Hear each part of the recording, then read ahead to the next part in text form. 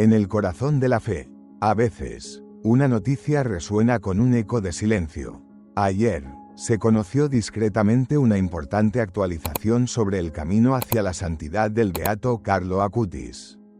Un joven cuya vida luminosa sigue siendo un faro de inspiración para católicos en todo el mundo. Si bien para incontables seguidores de su historia él ya es un modelo consumado de santidad juvenil. Nuestra reflexión de hoy no se centrará en debatir la legitimidad de su canonización. En cambio, este informe explorará con valentía los acontecimientos recientes y las razones que subyacen en ellos. Algunos observadores atentos han planteado interrogantes que van más allá de Carlo, apuntando al sistema mismo en el que avanza su causa. El debate también nos lleva a otra figura, cuya propuesta de canonización ha suscitado una profunda inquietud entre teólogos e historiadores, inquietudes arraigadas en cuestiones doctrinales complejas y en el papel histórico que desempeñó en la Iglesia.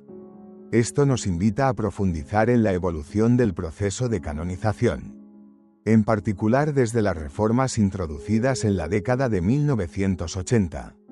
Aquellos cambios marcaron un giro significativo frente a siglos de tradición. Más recientemente, en el año 2017, bajo el papado de Francisco, se realizaron ajustes adicionales que, aunque recibieron poca atención en su momento, podrían influir de manera decisiva en la comprensión y ejecución de futuras canonizaciones. La noticia de hoy comienza con un anuncio discreto que, sorprendentemente, no tuvo mayor repercusión mediática. Sin embargo, tiene el potencial de influir en cómo la Iglesia moderna reconoce a sus santos y en la respuesta de los fieles a dicho reconocimiento. Un reciente titular de noticias desde Roma ha atraído la atención. El Papa León establece fechas de canonización para 8 beatos, pero no para Carlo Acutis. Este hecho ha sorprendido a muchos observadores, sobre todo teniendo en cuenta que la fecha de canonización de Carlo Acutis ya había sido mencionada durante el pontificado de Francisco. En aquel momento, se esperaba que tuviera lugar poco después del fallecimiento del Papa Francisco. Una fecha que ya circulaba con esperanza en los medios religiosos. Sin embargo, en el último anuncio del Papa León, el nombre de Carlo Acutis brilla por su ausencia. La lista oficial incluye a 8 personas que serán canonizadas, 5 hombres y 3 mujeres. Entre ellas un arzobispo, varias religiosas y 4 laicos de diversos ámbitos de vida. El nombre de Carlos no está incluido. Puede que haya simples razones administrativas detrás de esta omisión, pero para algunos, este cambio inesperado plantea interrogantes más amplios. No necesariamente sobre el propio Carlo Acutis, sino sobre cómo se ha desarrollado su causa de canonización. Una de las principales preocupaciones planteadas por algunos dentro de la Iglesia gira en torno al nivel de participación de la propia familia de Carlos en el proceso. Si bien su devoción y dedicación son conmovedoras y comprensibles, el grado de compromiso personal se ha considerado inusual en comparación con la mayoría de las causas de canonización a lo largo de la historia. Incluso los partidarios de la causa de Carlos han señalado ocasionalmente esta distinción, indicando cómo difiere de los procesos tradicionales, que suelen estar más alejados de la influencia familiar inmediata. No obstante, la oficina de prensa del Vaticano confirmó que la fecha formal de canonización de otros 8 beatos se anunciará el 13 de junio. Un grupo que incluye a líderes religiosos y laicos de diversos países y orígenes. Entre los reconocidos, 2 personas se convertirán en los primeros santos canonizados de Venezuela: José Gregorio Hernández, conocido cariñosamente como el Doctor de los Pobres, y Carmen Rendiles, religiosa fundadora de las Siervas de Jesús en su país.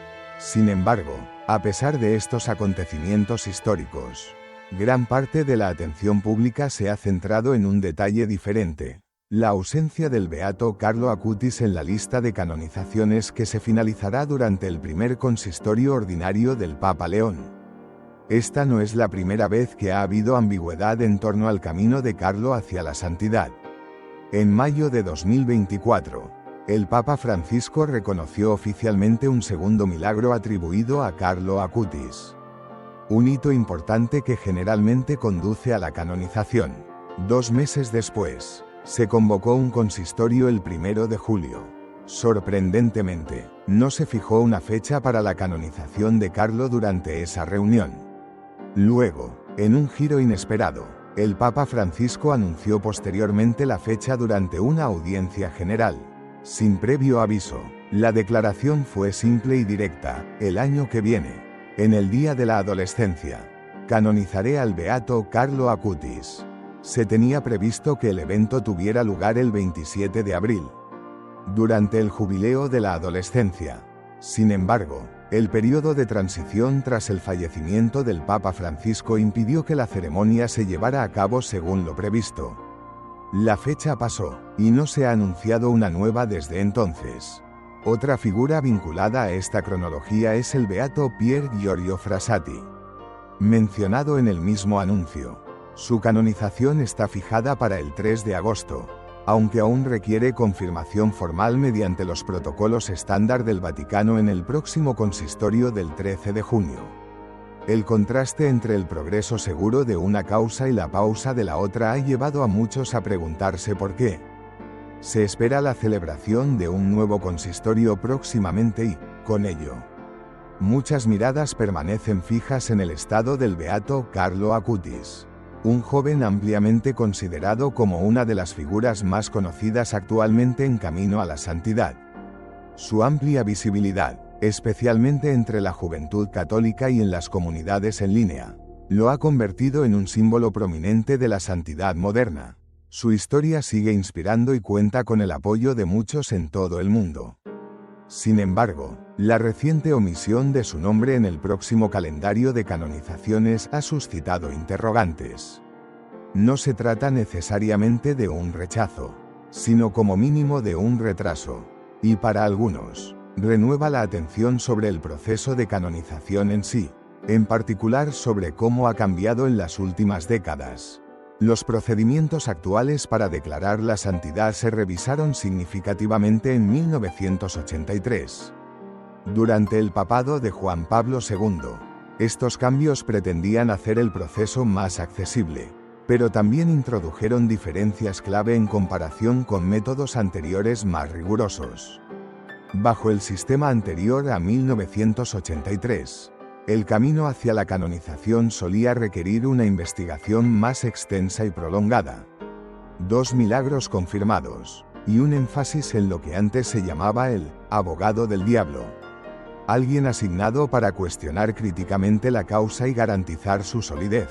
Después de 1983, el proceso se simplificó. En algunos casos, solo se requiere un milagro para la beatificación. La fase de investigación también se ha agilizado, lo que ha permitido que las causas avancen con mayor rapidez, pero también ha suscitado debate entre teólogos e historiadores sobre si el proceso sigue siendo tan exhaustivo como antes. En el caso del beato Carlo Acutis, el requisito del milagro se sigue cumpliendo, así que ese no es el problema. Sin embargo, la simplificación del proceso de investigación ha llevado a algunos a preguntarse si retrasos como este reflejan preocupaciones más amplias dentro de la Iglesia. No sobre el candidato, sino sobre la confianza en los procedimientos modernos en general. En los últimos años, diversas voces han expresado su preocupación por la evolución de los estándares utilizados en el proceso, especialmente en comparación con los procedimientos anteriores al Concilio Vaticano II. Una de las críticas más frecuentes es que el listón para la canonización parece haberse reducido, lo que podría permitir que personas con vidas o enseñanzas menos examinadas sean elevadas a la santidad. Antes de 1983, el proceso era más riguroso, incluía múltiples niveles de investigación, la oposición obligatoria de un funcionario conocido como el abogado del diablo, y el requisito de 2 milagros verificados. Tras las reformas iniciadas por el Papa Juan Pablo II, el proceso se simplificó, y el cargo formal de abogado del diablo se eliminó en gran medida. Algunos observadores argumentan que las canonizaciones actuales pueden reflejar orientaciones teológicas o pastorales más amplias. Por ejemplo, Se ha observado que todos los papas desde la época del Concilio Vaticano II, con la excepción del Papa Benedicto XVI y el Papa Francisco, han sido canonizados. Esto ha llevado a algunos a sugerir que estas canonizaciones también representan una afirmación simbólica del concilio y su legado. En cuanto al propio Papa Francisco, comentarios públicos tras su muerte, incluyendo las declaraciones del Papa León XIV en las que se refería a él como, estando en el cielo rezando por nosotros, han llevado a especular sobre la posibilidad de que algún día se considere su canonización. Queda por ver si esto ocurre, pero tal paso probablemente reavivaría los debates en torno a su papado. En este contexto más amplio, la canonización de Carlo Acutis también ha sido considerada por algunos como un símbolo de las prioridades de la Iglesia moderna. Si bien su vida es ampliamente admirada por su santidad a temprana edad y su evangelización digital, algunos críticos han argumentado que su reconocimiento podría reflejar un esfuerzo por conectar con la juventud contemporánea. Sin embargo, la esencia de la causa de Carlos se basa en los criterios formales, una vida de virtud heroica y 2 milagros aprobados. Si bien algunos comentarios en línea han cuestionado la naturaleza de esos milagros, el Vaticano los ha reconocido oficialmente como válidos. Carlo Acutis nació en 1991 en Londres, de padres italianos, y se crió en Milán. Falleció en 2006 con tan solo 15 años, debido a una leucemia. A pesar de su corta edad, demostró una extraordinaria devoción a la Eucaristía, que describió como su autopista al cielo. Recibió su primera comunión a los 7 años. Asistía a misa a diario y dedicaba tiempo a la adoración eucarística. Creó un catálogo en línea que documenta más de 150 milagros eucarísticos. Una obra que se ha exhibido en miles de parroquias de los 5 continentes. En actos de caridad, Carlo donó su asignación para ayudar a los pobres, las personas sin hogar y los inmigrantes. Defendió a compañeros que sufrían acoso y fue voluntario en un comedor social. Se dice que en sus últimos meses ofreció sus sufrimientos por el Papa Benedicto XVI y por la Iglesia. Su rosario diario y su deseo de unirse a Jesús dejaron una huella imborrable. El 5 de julio de 2018, el Papa Francisco lo declaró venerable, reconociendo su vida de virtud heroica. Su camino a la santidad ha incluido 2 milagros reconocidos oficialmente por el Vaticano. El primero, aprobado en 2020, afectó a un niño brasileño con una rara y grave enfermedad pancreática. Tras orar a Carlo y tener contacto con una de sus reliquias, el niño experimentó una curación completa. El evento fue evaluado por el Consejo Médico del Vaticano, que no encontró explicación científica, como ocurre en muchos casos. Algunos observadores han cuestionado la interpretación médica, pero el milagro cumplió los estándares y condujo a la beatificación de Carlos en octubre de 2020 en Asís. El segundo milagro se confirmó en 2023 e involucró a una joven llamada Valeria Valverde, una estudiante costarricense de 21 años. Tras un grave accidente, sufrió una hemorragia cerebral traumática. Su estado se consideró crítico. El 8 de julio de 2022, su madre rezó ante la tumba de Carlo. Sorprendentemente, ese mismo día, Valeria comenzó a respirar por sí sola y recuperó el habla. Una ecografía posterior mostró que la hemorragia había desaparecido. Su curación fue declarada médicamente inexplicable. Con 2 milagros reconocidos, el Papa Francisco y el Colegio Cardenalicio aprobaron la canonización de Carlos el 1 de julio. Con la ceremonia programada originalmente para el 27 de abril de este año. Sin embargo, debido al periodo posterior al fallecimiento del Papa Francisco, el evento se ha pospuesto. Aún no se ha anunciado nueva fecha. La relativamente rápida causa de Carlos, tan solo 19 años después de su muerte, ha reavivado el debate sobre el ritmo de las canonizaciones modernas. Algunas voces tradicionalistas, incluyendo miembros de la fraternidad sacerdotal San Pío X, han expresado su preocupación por la rapidez con la que se llevan a cabo. lo que reduce el tiempo para un examen minucioso. Estas preocupaciones suelen hacer referencia a las reformas de 1983. Incluso dentro del Vaticano, tras la publicación del informe McCarrick en 2020, algunos funcionarios cuestionaron la rapidez con la que se canonizó a San Juan Pablo II, sugiriendo que las causas futuras podrían beneficiarse de plazos más largos. En el caso de Carlos, los críticos también han señalado cómo su causa se alinea con una tendencia moderna, el énfasis en modelos contemporáneos de santidad. Se le llama patrono de Internet, y sus esfuerzos de evangelización digital se destacan con frecuencia, si bien muchos lo ven como un hermoso ejemplo de santidad en la era digital. Otros argumentan que refleja un cambio en cómo se presenta la santidad, donde categorías como el martirio o el servicio religioso de por vida se consideran menos enfatizadas. Esto toca un debate más amplio. ¿Debería la Iglesia centrarse en la cercanía y el acompañamiento, o mantener una voz clara y contracultural?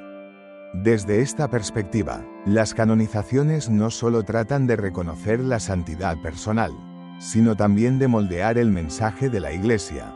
La canonización de Carlo Acutis ha sido plenamente aprobada por el Vaticano. Los fieles esperan ahora el anuncio de una nueva fecha, que marque el siguiente capítulo en la trayectoria de un joven cuya breve vida sigue inspirando a creyentes de todo el mundo. Algunas críticas a la canonización moderna se centran en lo que se percibe como un cambio de tono. Un ejemplo fue la decisión de programar la canonización de Carlo Acutis durante el Jubileo de la Juventud. Si bien el evento se pospuso, muchos lo consideraron un esfuerzo simbólico para conectar con las generaciones más jóvenes. Además, en 2017, bajo el papado de Francisco, se introdujo una nueva ruta a la santidad, la ofrenda de la vida. Esta vía permite la canonización en casos en que las personas sacrifican voluntariamente su vida por caridad, incluso cuando no se ajusta a la definición estricta de martirio, conocido como odium fidei. Un ejemplo común es el de una mujer embarazada que retrasa un tratamiento mortal para preservar la vida de su hijo. Este tipo de decisión se reconoce como un acto de profunda entrega. Si bien muchos ven esto como una oportunidad para honrar a actos heroicos, otros advierten que puede difuminar los criterios tradicionales. En medio de este debate, un nuevo avance ha suscitado una discusión significativa.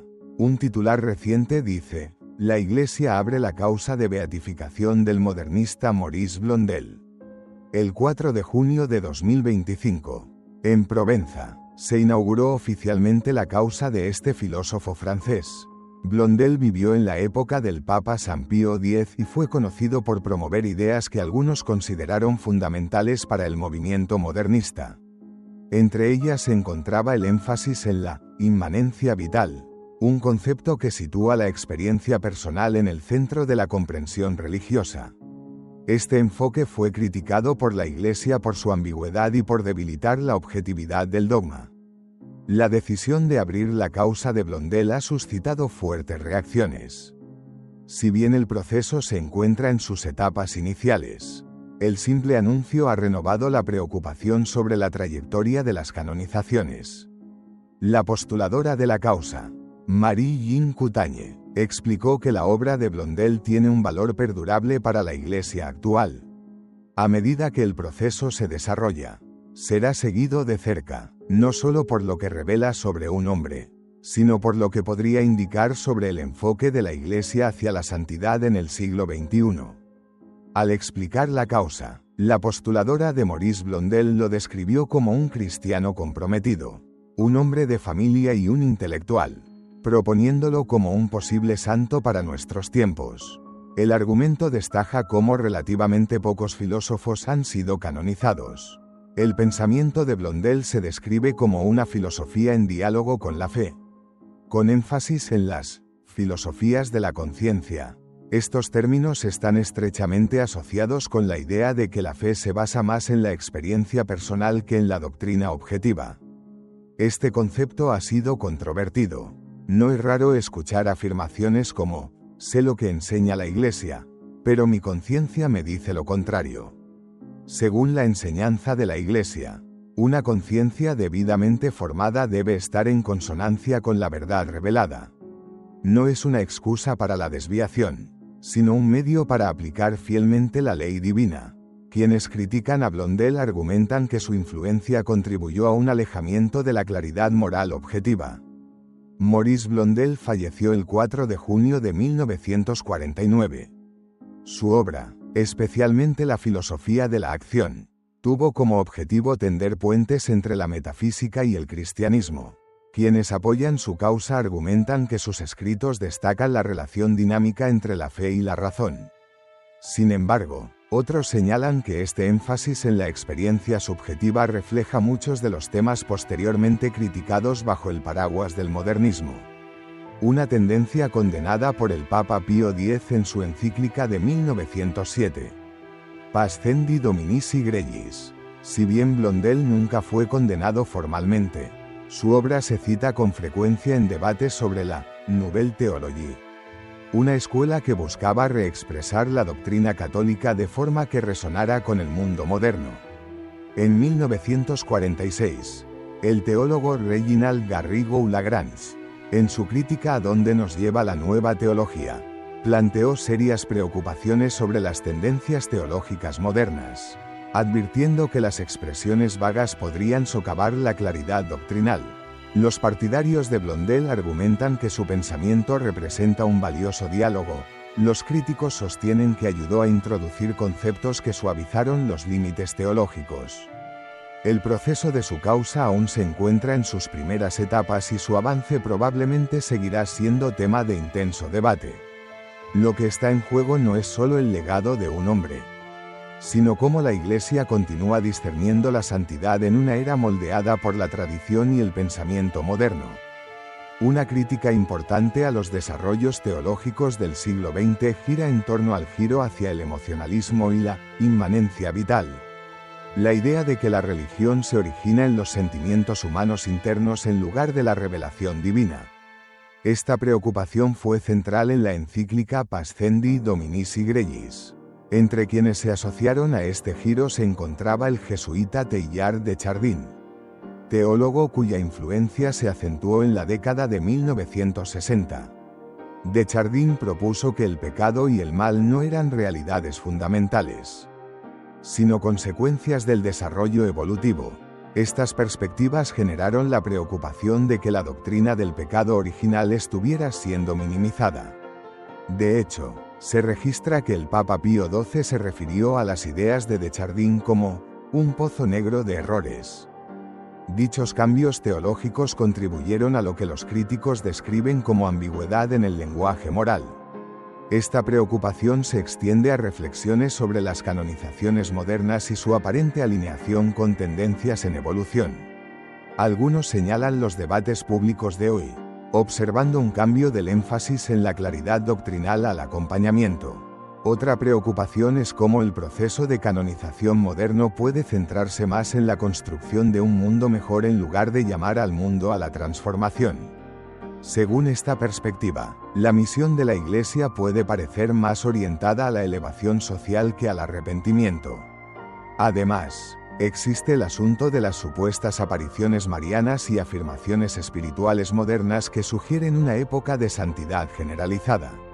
Afirmaciones que pueden entrar en conflicto con la enseñanza católica. En contraste, otros señalan causas modernas que se alinean con la tradición histórica, incluyendo figuras como la hermana Wilhelmina Lancaster, cuyos restos incorruptos despertaron una devoción generalizada. Su vinculación con las prácticas católicas tradicionales ha atraído una atención significativa. Volviendo a Carlo Acutis, la situación actual sigue siendo desconcertante.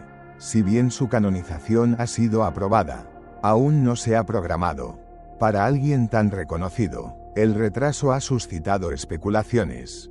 Algunos creen que el Vaticano podría estar esperando un evento eclesiástico importante, como la próxima Jornada Mundial de la Juventud. Otros sugieren un retraso administrativo o un ajuste del calendario bajo el nuevo papado.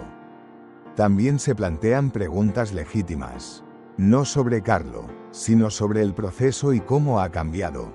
Una preocupación recurrente es la participación de familiares cercanos en su causa. Esto, según algunos, puede comprometer la objetividad tradicional. Si bien su madre ha sido una defensora enérgica, la pregunta sigue siendo si tal proximidad se habría permitido en épocas anteriores. Dicho esto, nadie cuestiona la sinceridad de sus esfuerzos ni la santidad de la vida de Carlos. Las preocupaciones se centran más en la estructura y los precedentes. Mientras continúan los debates, un nombre permanece central en el corazón de muchos: el beato Carlo Acutis. A pesar de la aprobación oficial, la ceremonia aún no se ha programado. Lo que distingue a Carlo no es solo su santidad juvenil, sino el profundo impacto que ha tenido en una generación que busca la fe en un mundo digital. Su amor por la Eucaristía y su uso de la tecnología para evangelizar lo convierten en una de las figuras más cercanas en el camino a la santidad hoy. Sin embargo, se han planteado preguntas, no sobre la virtud de Carlo, sino sobre el propio proceso de canonización moderno. La preocupación por los cambios de procedimiento y la reducción del rigor han llevado a algunos a pedir un retorno a un mayor discernimiento. Es importante recordarlo, la declaración de santidad no es solo un reconocimiento de una persona, sino una declaración sobre la llamada universal a la santidad. Los santos son dados a la Iglesia no como ejemplos de perfección, sino de fidelidad, valentía y amor sacrificial. Mientras esperamos nuevas noticias, el llamado a los fieles sigue vigente, a seguir el camino que él señaló, hacia la Eucaristía, el servicio y una vida centrada en Cristo. Si esta historia te conmovió, considera compartirla, dale me gusta, suscríbete y únete a la conversación. Y sobre todo, ora por la Iglesia, por sabiduría en el proceso de canonización y para que el beato Carlo Acutis pronto sea declarado oficialmente santo en el tiempo perfecto de Dios. Que esta verdad nos despierte, que nos purifique, que nos lleve al confesionario y luego al altar, no con presunción, sino con gratitud y asombro. No estamos llamados a ser tibios, estamos llamados a ser santos. Y el camino hacia la santidad comienza con la humildad, el arrepentimiento y la reverencia. Recibamos la Eucaristía en estado de gracia, con corazones limpios y amor ardiente. Entonces no será un pecado, sino nuestra salvación. Entonces no será juicio, sino alegría. Entonces no será condenación, sino comunión con el Dios vivo.